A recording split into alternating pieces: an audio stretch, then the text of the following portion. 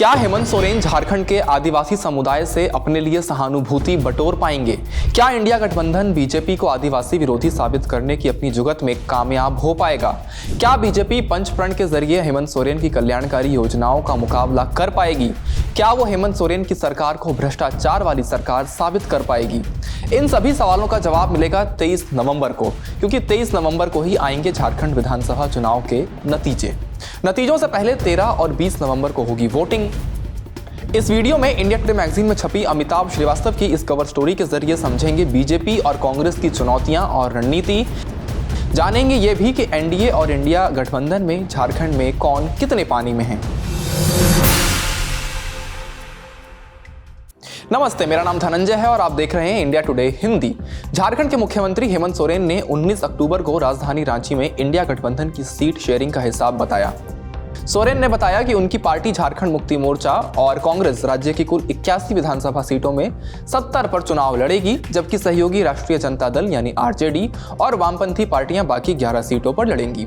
लेकिन अब तक इस फॉर्मूले पर गठबंधन के सहयोगियों में सहमति बनती नहीं दिख रही है। वहीं दूसरी ओर बीजेपी की एनडीए गठबंधन ने ऐलान किया कि बीजेपी 68 सीटों पर चुनाव लड़ेगी, जबकि सुदेश महतो की अगुवाई वाली ऑल झारखंड स्टूडेंट यूनियन यानी आजसू 10, नीतीश कुमार की जेडीयू 2, चिराग पासवान की लोक जनशक्ति पार्टी 1 सीट पर उम्मीदवार उतारेगी। बीजेपी ने तो 66 उम्मीदवारों की अपनी पहली सूची जारी कर दी है। राज्य में मतदान 13 और 20 नवंबर को 2 चरणों में होने हैं और नतीजे 23 नवंबर को घोषित होंगे। झारखंड के 24 साल के इतिहास में ये छठा विधानसभा चुनाव है। इन 24 साल में राज्य 13 अलग अलग मौकों पर मुख्यमंत्री की कुर्सी पर 7 चेहरे और राष्ट्रपति शासन के 3 दौर देख चुका है। बीजेपी के रघुवर दास अकेले मुख्यमंत्री थे जो 2014 से शुरू अपना कार्यकाल पूरा कर पाए। ये बात हेमंत सोरेन को चिंता में डालने वाली है, लेकिन जिस तरह से रांची के बड़गई इलाके में 8.86 एकड़ जमीन के कथित जाली दस्तावेजों के मामले में उन्हें 5 महीने जेल में बिताने पड़े, उससे सोरेन को सहानुभूति भी मिली। इसका बहुत ना सही लेकिन कुछ असर कुछ ही महीने पहले बीते लोकसभा चुनाव में जरूर देखने को मिला। राज्य की 14 लोकसभा सीटों में से बीजेपी को 8 सीटों पर जीत मिली। 3 सोरेन की जेएमएम तो 2 पर कांग्रेस की जीत हुई। 1 सीट आजसू के खाते में गिरी। वोट परसेंटेज की बात करें तो 45% वोट बीजेपी को, 15% जेएमएम को, कांग्रेस को 19%, 3% आजसू को, 18% वोट अन्य के खाते में पड़ा। इस नतीजे की तुलना अगर 2019 के लोकसभा चुनाव से करें तो बीजेपी को यहां 3 सीटों का नुकसान हुआ है। 2019 में बीजेपी को 11 सीटें मिली थी। इसके अलावा जेएमएम, कांग्रेस और आजसू को 1-1 सीट मिली थी। 2019 के चुनाव में बीजेपी को 51% यानी आधे से ज्यादा वोट मिले थे।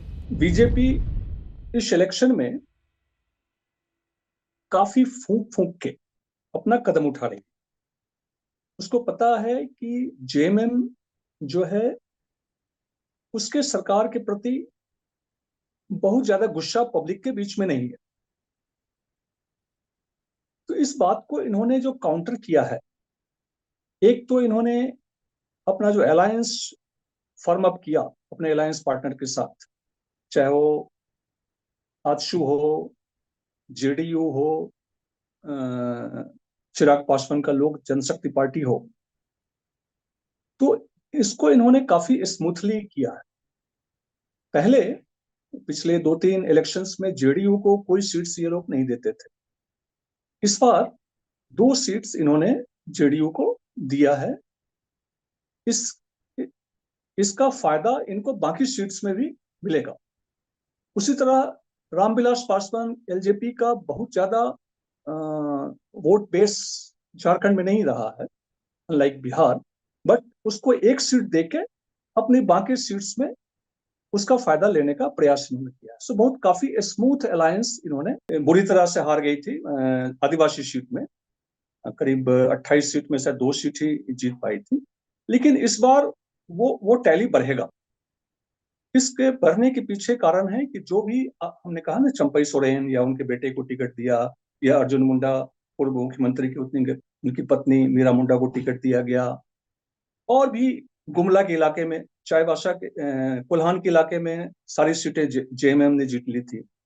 वहां पे इनका सीट्स थोड़ा घटेगा।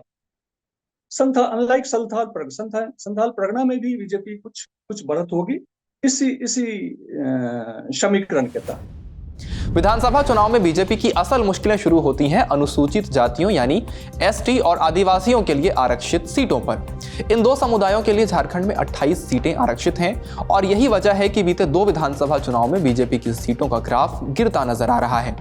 2014 झारखंड विधानसभा चुनाव में बीजेपी ने अकेले 81 विधानसभा सीटों में से 37 पर जीत दर्ज की थी।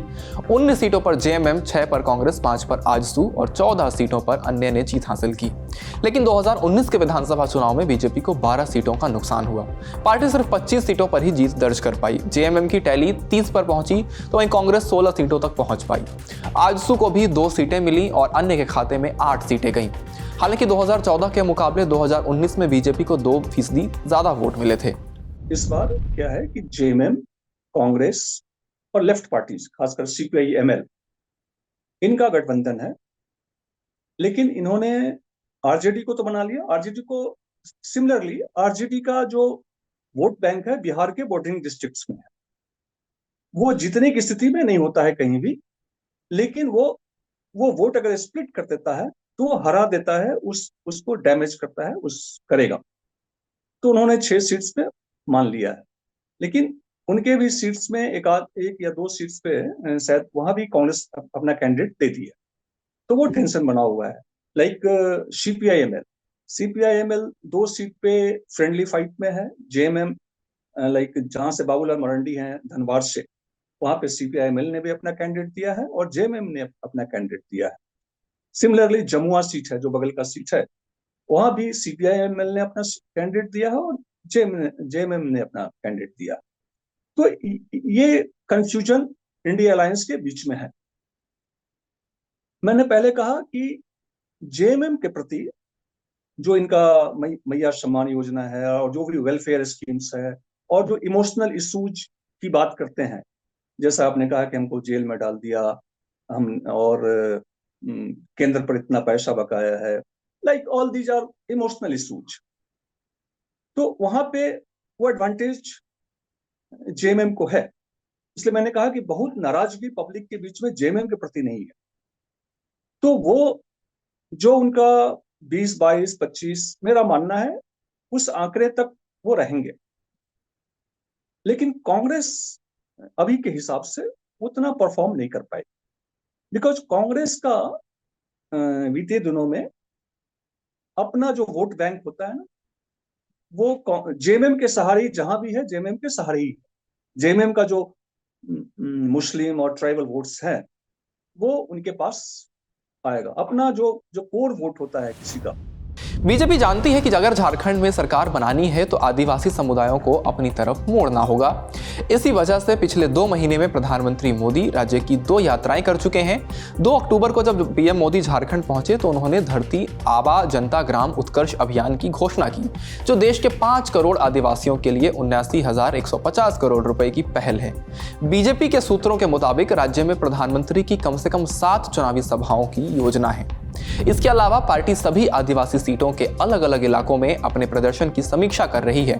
मसलन कोल्हन क्षेत्र में 2019 में बीजेपी का पूरी तरह से सफाया हो गया था। पार्टी एसटी के लिए आरक्षित सभी 14 सीटें हार गई थी। सो वहां पार्टी अपनी किस्मत बदलने के लिए 3 पूर्व आदिवासी मुख्यमंत्रियों चंपाई सोरेन, अर्जुन मुंडा और मधु कोड़ा पर भरोसा कर रही है। अगस्त में जेएमएम छोड़कर बीजेपी में शामिल हुए चंपाई सोरेन और उनके बेटे बाबूलाल सरायकेला और घाटशिला से चुनाव भी लड़ रहे हैं। मधु कोड़ा 2006 में अर्जुन मुंडा की सरकार गिराकर मुख्यमंत्री बने थे। अब वे अर्जुन मुंडा के साथ बीजेपी खेमे में हैं। कोड़ा हो जनजाति के प्रमुख नेता हैं और कोल्हान क्षेत्र में बीजेपी की पकड़ मजबूत करने में महत्वपूर्ण भूमिका निभा सकते हैं। उनकी पत्नी गीता और अर्जुन मुंडा की पत्नी मीरा जगन्नाथपुर और पोटका से चुनाव लड़ेंगी और उनसे कोल्हान में बीजेपी की संभावनाओं के मजबूत होने की उम्मीद है। पार्टी के लिए अंधियारे का दूसरा क्षेत्र संथाल परगना है। वहां की 18 एसटी सीटों में से 2019 में जेएमएम ने 9 और कांग्रेस ने 4 सीटें जीती थी, जो आदिवासियों और अल्पसंख्यकों की मजबूत गोलबंदी के बल पर मिली थी। उसे तोड़ने के लिए भाजपा अब रोटी, बेटी और माटी का नारा उछाल रही है। दूसरी ओर जेल से रिहा होने और सीएम की कुर्सी पर वापस आने के बाद सोरेन ने कई कल्याणकारी पहलों की शुरुआत की है। अगस्त में उनकी सरकार ने मैया सम्मान योजना शुरू की, जिसके तहत 18 से 50 साल की महिलाओं को हर महीने 1000 रुपए नकद ट्रांसफर किए जाते हैं। चुनाव की तारीखों की घोषणा से ठीक एक दिन पहले सोरेन कैबिनेट ने दिसंबर से भत्ता बढ़ाकर 2500 रुपए प्रति माह करने का वादा किया। दूसरी योजनाओं में लगभग 40 लाख घरों के 3584 करोड़ रुपए के बकाया बिजली बिलों का माफ करना, वंचित परिवारों को 200 यूनिट बिजली मुफ्त प्रदान करना और 1,76,977 किसानों को 400 करोड़ रुपए से ज्यादा के कृषि लोन माफ करना शामिल है। लाभार्थियों की संख्या काफी बड़ी है। मैया सम्मान के लाभार्थियों की संख्या 53 लाख है, जो 2019 के राज्य चुनाव में पड़े 1.5 करोड़ वोटों का लगभग 1/3 है और जेएमएम, कांग्रेस और आरजेडी गठबंधन को मिले वोटों के बराबर है।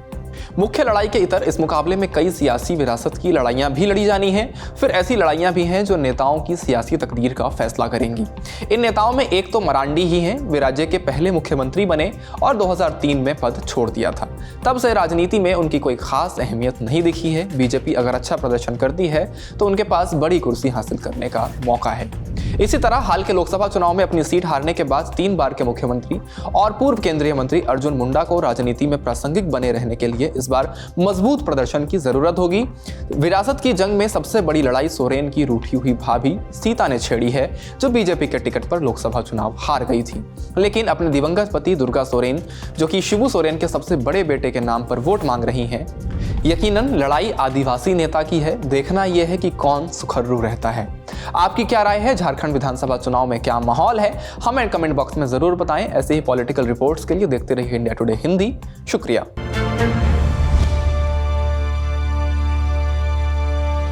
इसी तरह की तसल्ली से भरी हुई एक्सक्लूसिव रिपोर्ट्स देखने के लिए सब्सक्राइब करें इंडिया टुडे हिंदी का YouTube चैनल और बेल आइकन जरूर प्रेस करें ताकि वीडियो अपलोड होते ही आपको खबर हो जाए।